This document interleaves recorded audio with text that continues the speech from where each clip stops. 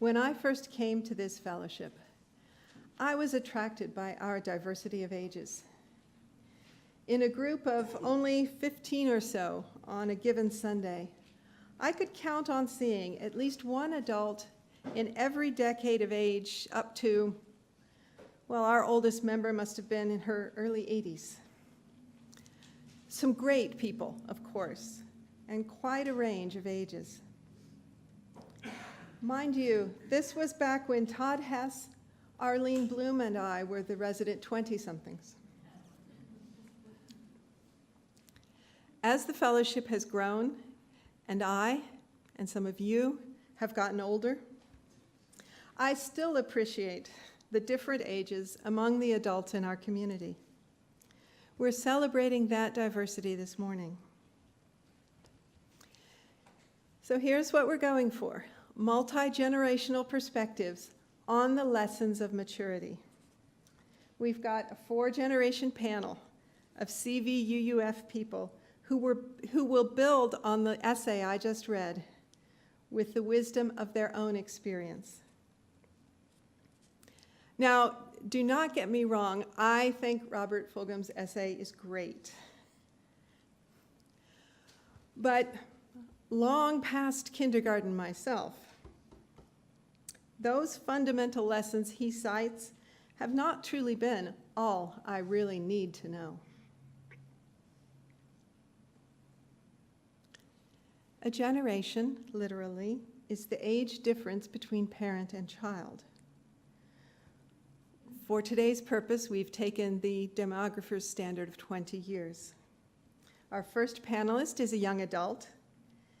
Each of the others was already her age when the previous speaker was born.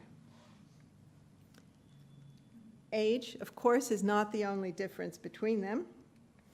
And to make that perfectly visible, we've alternated genders. This panel is emphatically not meant to suggest a single lifetime recorded at different moments. Instead, we all are, separate individuals who happen to be different ages at the same time. I am delighted this morning to introduce 4 people who illustrate some of the things I love most about this fellowship: Isabella Dake, Brandon Gass, Pamela Lopez, and Bill Robinson. 4 wonderful, interesting, and articulate people who are 20 years apart in age. They are not trying to represent their generations. Each is speaking for him or herself only. And yet, each speaker is bound to say something which resonates with every listener who has ever been that age or ever expects to be.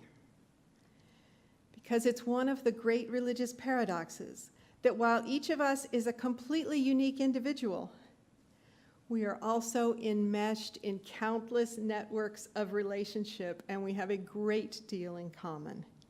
It's the Unitarian and the Universalist, if you will. Isabella will start by talking about important lessons she has learned since kindergarten. Then Brandon, Pamela, and Bill will follow with some things they each have learned in the past 20 years. As we sang earlier, every round a generation.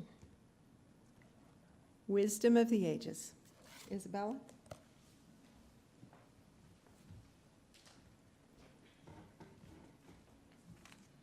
Hello, everyone.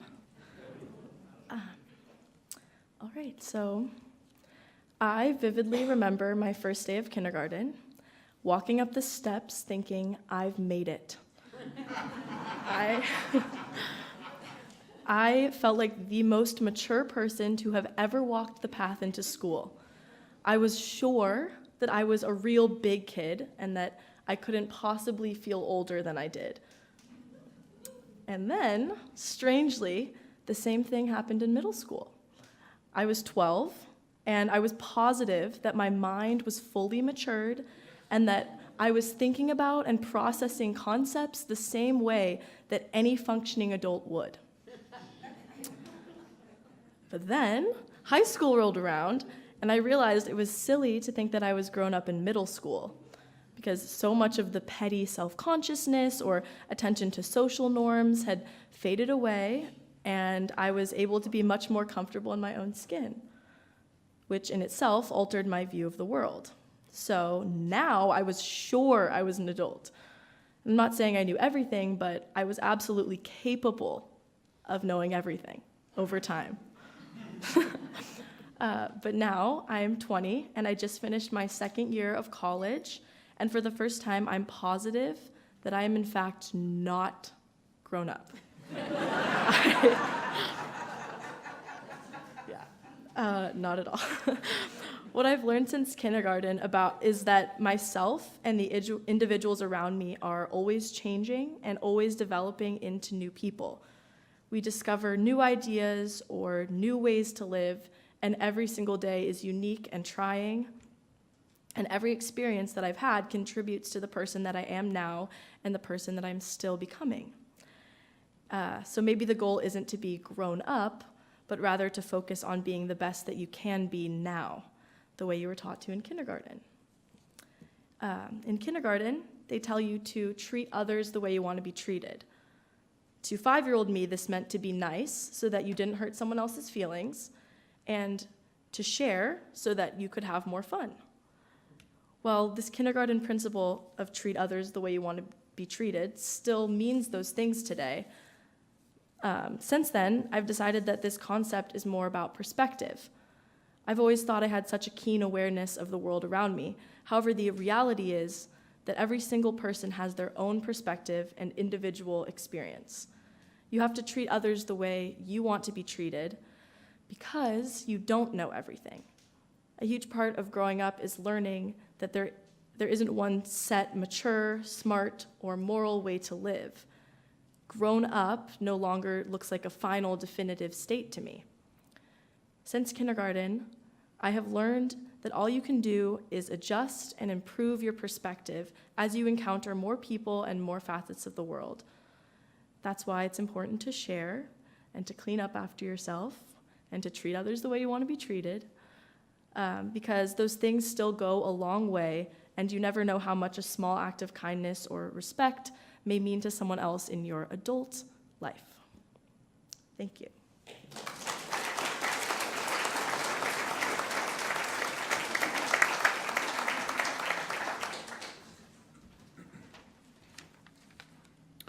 Hello. Oh, hello. I'm here to speak on what I've learned from the age of 20 to 40, and it's still a shock that I'm 40, actually. That's the first lesson. Time is real. When I was 20, I remember getting the big questions like, what are you going to do with your life? Well, those questions don't allow much room to enjoy the journey. And take it from the 40-year-old, this is what life is about. Enjoy the journey. Take risks that align with what interests you. And it might not be the perfect time. It never is. That's why they call it risk. But the less holding you to one place, the more chance you have to explore this huge world. Travel, embrace your flexibility. It's important to educate yourself. It's important to have skills. But it's also important to be you. And the more honest you are with yourself and who you are with people, the more successful you'll be in terms of your own happiness. Laughter and music help keep you young, and don't forget to keep a bit of that childlike light inside. Set goals you want to achieve, but understand you can't control everything. Money is not always the reason to do things. I'm going to steal a quote from my grandfather, who will be 100 years old this August. If you love what you do, the money will come. And maybe not right away, but it will come. It's not about what life deals you, but how you react to it. And the tough times can be the most positive lessons. I once had the worst boss imaginable. It was so toxic, I started karate to deal with the stress. So to that person, thank you for the green brown belt. it also became a great example of how not to be when I started managing my own teams and being with people. It's all about relationships. By the time you're 40, you might lose friends your own age, family members, coworkers. Don't forget to tell people you care about how you feel. Saving a draft, digitally, physically, or mentally, will save a lot of heartache in life. Consider the repercussions of your actions before hitting send or saying what you're about to say. Keep the friends that are there for the two-way relationship. And it's okay to let the negative friends go. And I'm not just talking about Facebook. You might feel locked into the life you've acquired, but remember there's always time to change direction. And lastly, by age 40, I've learned that life is not a linear path at all. The twists and turns are the most memorable parts, and being over the hill is a myth. It is only one of many hills in the continuing journey. Thank you.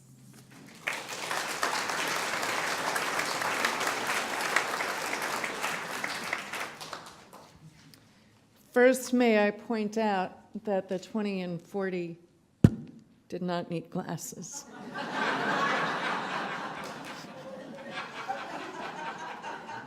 I turned 60 in October, which I hate using the same words as Brandon, but I'm going to say that was a very shocking number to me, too.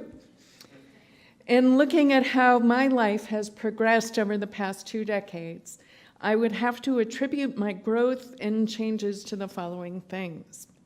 Moving to Westlake Village, which at the time we viewed as a terrible mistake. Traveling on the parenting journey with Daniel from being a toddler to being an adult.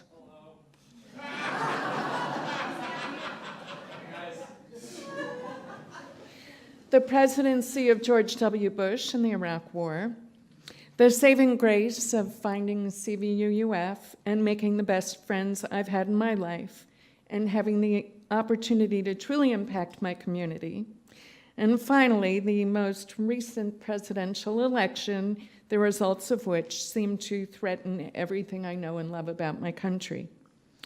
For my 60th birthday, we decorated the house with my protest signs. Here's who I have become as I approach 60. I no longer tolerate nonsense.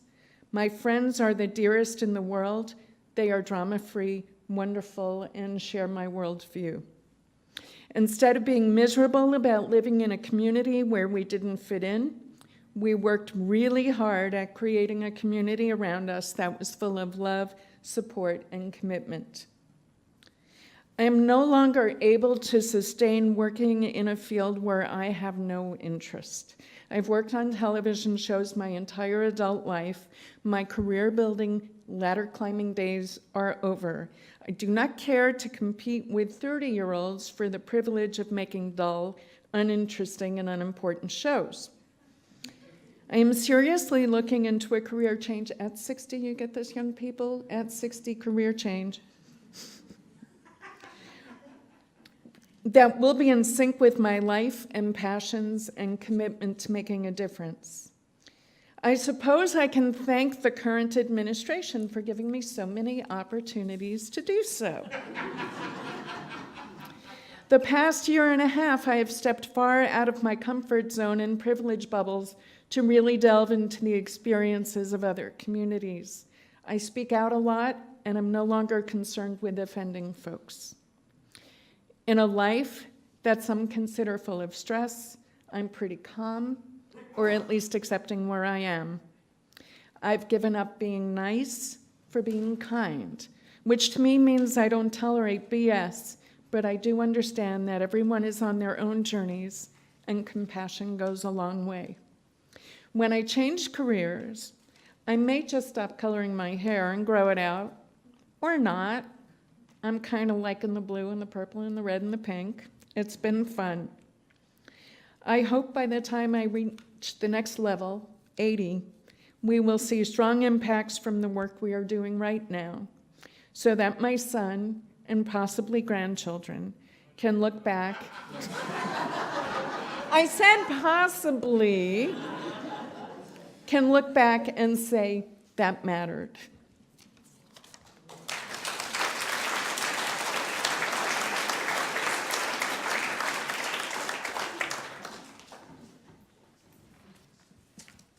One good thing about getting to this age is they're all young whippersnappers.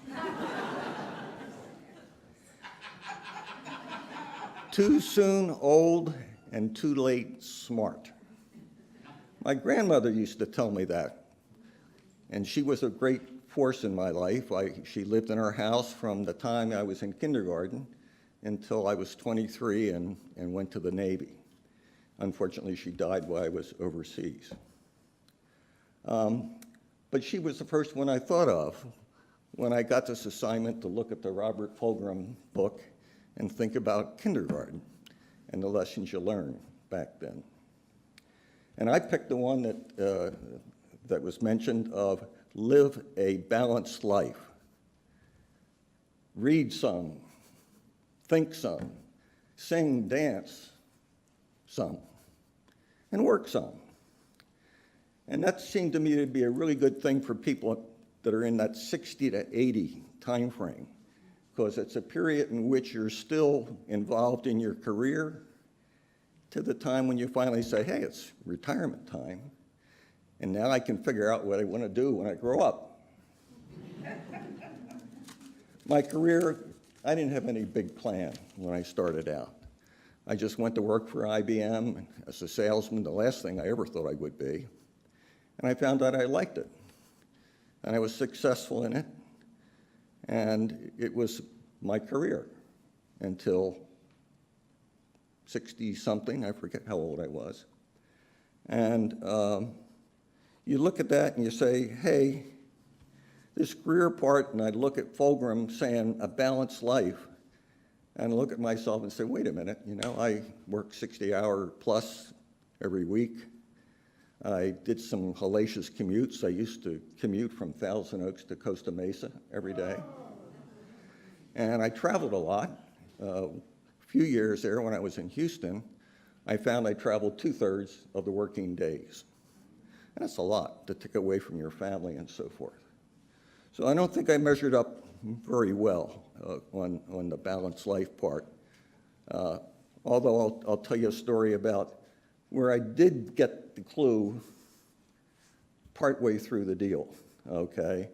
And that is I loved the Sierras. I loved the Sierras, and when I moved here in California, I started a 30-year consecutive period of going to the high country every year. And the first 15 years were the annual backpacking trip. The next 15 years became the gourmet fly fishing expedition to the high Sierras.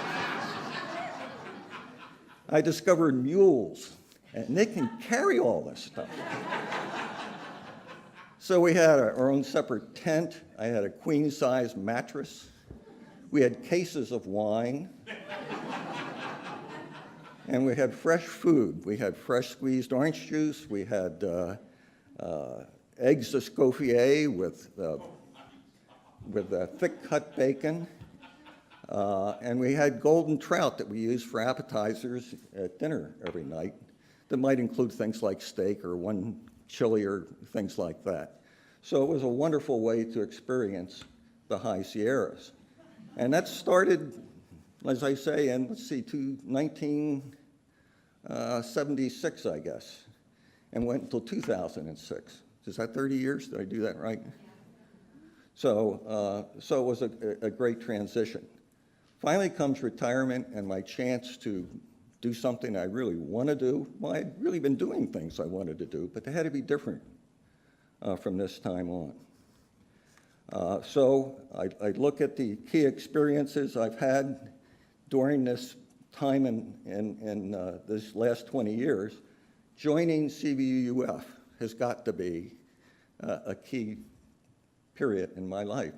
I've been a member now for 18 years, I guess, and it's been a time of learning, a time of trying new things, applying my skills that I had as a business person to the kind of activities that go on here in CVUUF. And the most significant experience I had was the process of building these buildings we're in right now. I was a key part of a number of activities, went to discover which building we want, or which location, how we're going to buy it, how we're going to get entitlements for it, how do we get all this beautiful stuff that we put in here, the lighting and the windows and stuff like that. That was all part of that effort.